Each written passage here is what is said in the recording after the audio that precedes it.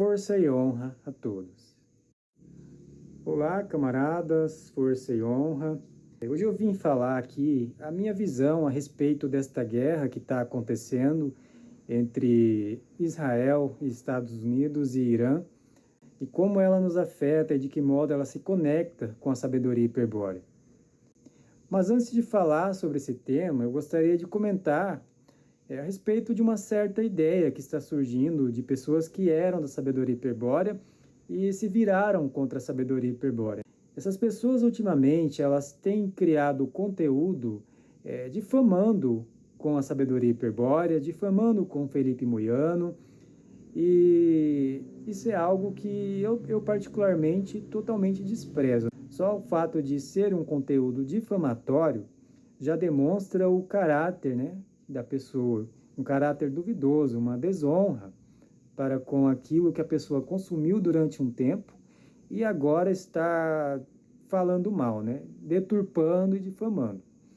Então, pois bem, esses indivíduos, eles se utilizam da linguagem da sabedoria hiperbórea, eles dizem estar propagando a verdadeira sabedoria hiperbórea e que os livros de Moiano seria uma deturpação.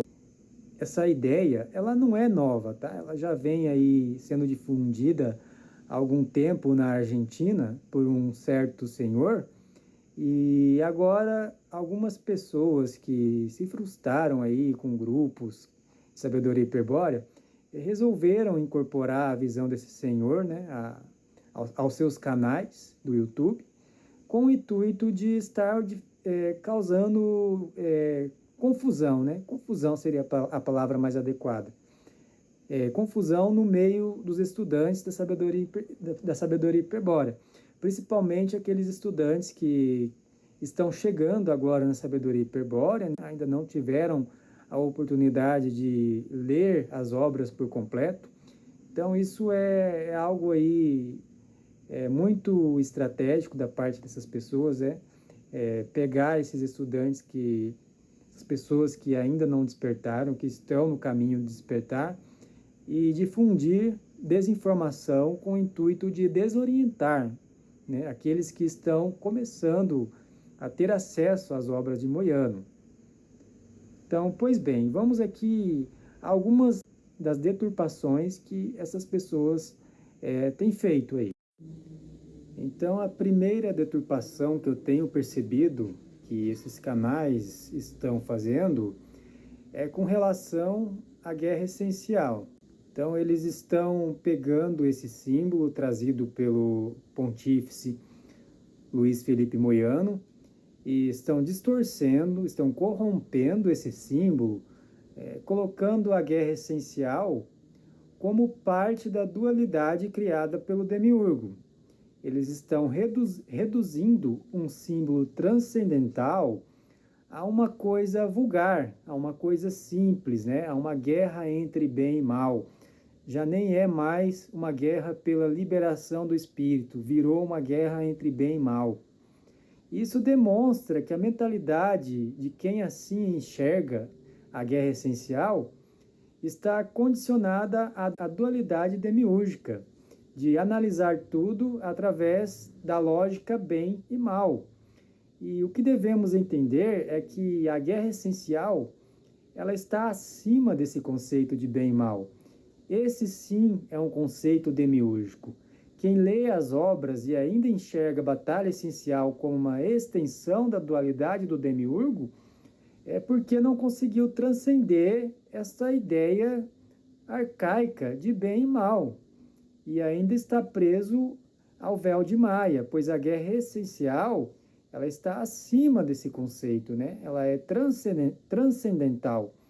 Ela já é uma guerra de não dualidade, representada pelos Siddhas leais, né, contra a dualidade, que é representada pelo Demiurgo e por seus agentes, né, os Siddhas traidores. E, além de que, a guerra essencial, ela não visa afundar ninguém na dualidade, e sim compreender a dualidade para, a partir disso, conseguimos vencer essa dualidade de bem e mal, né? Esse conceito que é utilizado pela sinarquia para explicar, por exemplo, os males, né, as coisas ruins que acontecem no mundo. Então esses indivíduos, eles acabam fazendo o papel de agentes do demiurgo, porque ao degradar o símbolo da guerra essencial, eles degradam também com o arquétipo do guerreiro, né? Que é exatamente o que a sinarquia vem fazendo ao longo do tempo, através dessa excessiva pacificação da humanidade, né? Através da pomba da paz. E essas pessoas, elas afirmam em seus vídeos que você não precisa lutar, a ponto de dizer que não existe demiurgo externo.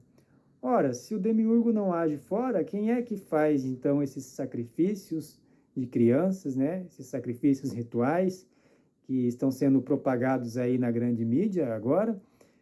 Quem dizima as populações inteiras, né? Através de guerras, através de conflitos? Quem que envenena a nossa comida? Quem que cria doenças? Quem que cria todo esse sistema de escravidão, né? Quem que faz isso?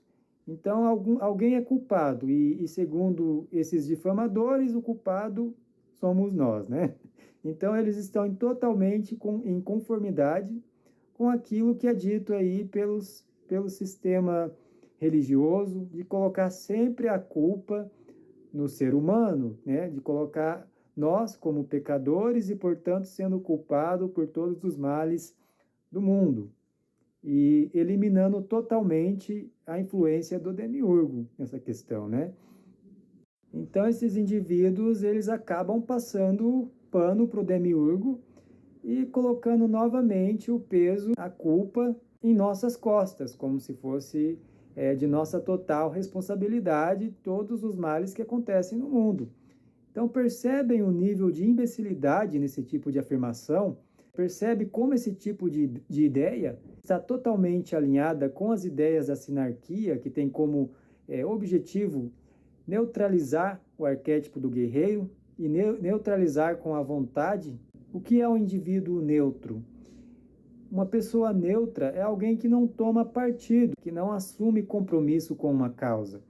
E a sabedoria hiperbórea, ela exige tomar partido em uma causa, que é a causa da liberação de toda a humanidade desse sistema escravizante que não fomos nós quem criamos, e sim o demiurgo e seus agentes. E a sabedoria hiperbórea, ela não trabalha em causa própria, muito menos a favor de pequenos grupos. Ela está a favor de toda a humanidade, pois todos os povos, eles têm um espírito hiperbóreo. E a neutralidade, ela jamais deve ser incorporada dentro da sabedoria hiperbórea, porque neutralidade gera passividade, falta de compromisso com a causa hiperbórea, né? A pessoa neutra, ela não toma partido, e isso acaba por favorecer ainda mais os planos do demiurgo.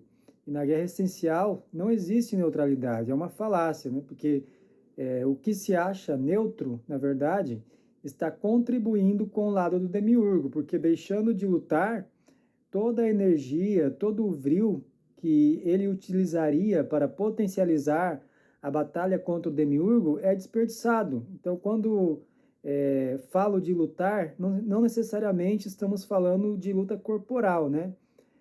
Estamos falando de questões também metafísicas, né? A vontade que você coloca dentro de uma ideia é o que impulsiona esta ideia. O teu posicionamento contrário a certas ideias que alimentam os planos do demiurgo, por si só já é um ato de guerra. Por isso que essa tal neutralidade, entre aspas, ela é favorável ao demiurgo, porque toda a energia que você estaria utilizando para impulsionar, né, a liberação espiritual, ela é canalizada pelo demiurgo e utilizada dentro das estratégias dele, né, de confusão, de pacificação.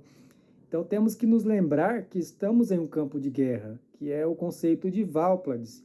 E em uma guerra não existe soldados neutros, né? E muito menos é possível servir aos dois lados. O nome disso é traição e deslealdade. Então nós sabemos que o demiurgo, ele tem um plano, né, que é elevar um governo mundial de um povo eleito para esse cargo.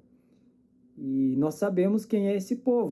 E esse povo, ele conta com o auxílio dos anglo-saxões, dos americanos, como um braço direito, como um braço executor desse plano do Demiurgo.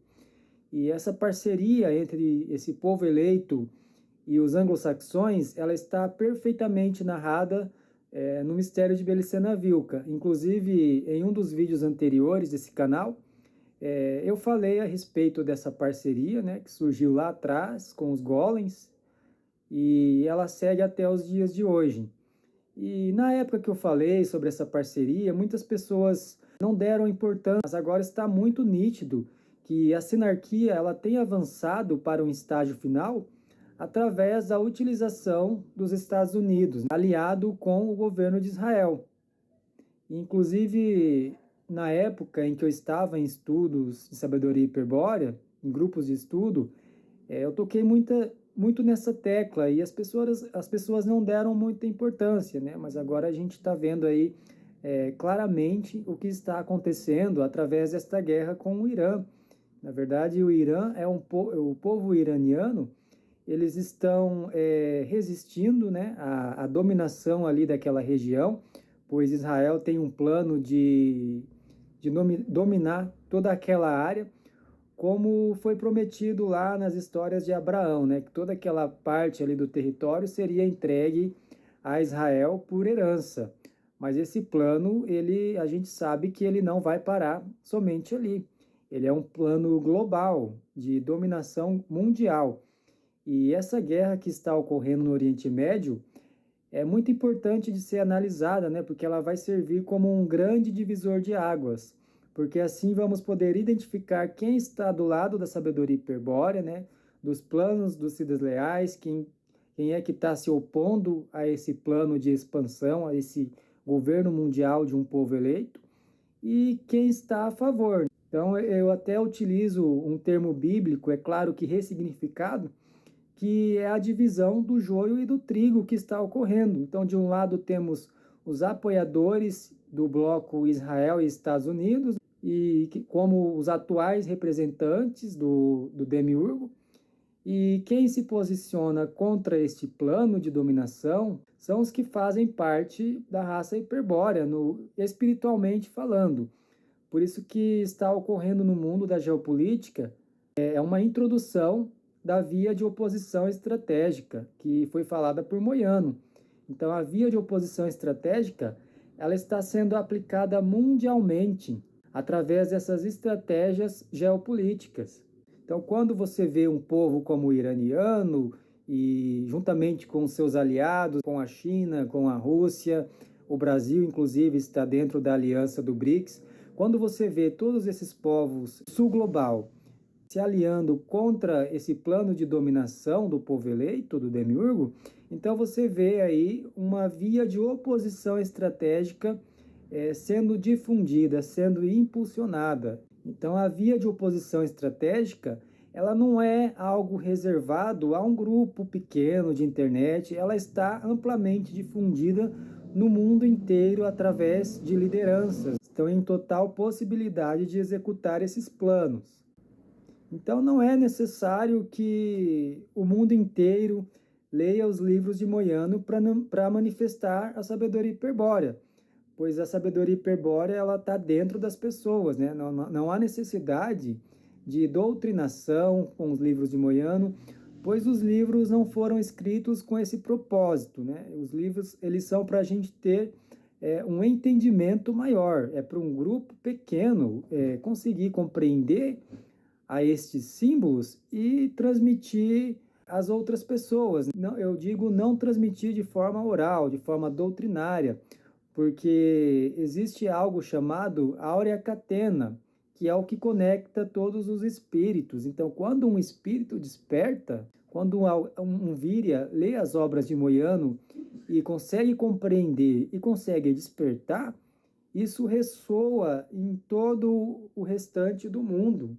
Então, é algo muito metafísico. Então, não há necessidade de sair pregando sabedoria hiperbórea por aí, porque a maioria das pessoas não vão compreender, principalmente por conta da linguagem, que é uma linguagem mais complicada, inteligível somente aos eleitos. Não que esses eleitos sejam melhores que os não eleitos, mas eles que irão impulsionar, né, que irão despertar e em seguida ressoar aos outros, né, ao restante dos outros vírias, através da áurea catena. Então eu vejo hoje essa luta dos iranianos como uma parte da guerra essencial que está se materializando. É uma guerra que inicialmente ela é interna, ela está dentro de nós, em um plano metafísico, mas ela vai se exteriorizando conforme tomamos ciência dela, conforme nós comemos do fruto da gnose e vamos despertando. Ela vai se revelando também de forma externa, pois o interno e o externo eles estão relacionados.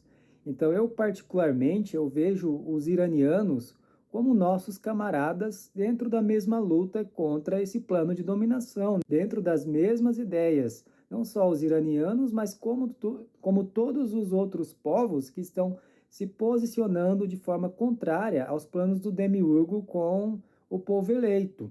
Então, através desta guerra, o que está se sucedendo no plano físico, nós podemos identificar claramente quem está com a sabedoria hiperbórea e quem não está. E nesse sentido não existe neutralidade, né? Ou você está com os cidas leais ou está com os traidores. Ou você é frio ou é quente. O morno é rejeitado por ambos os lados, por ser covarde demais para poder assumir uma causa.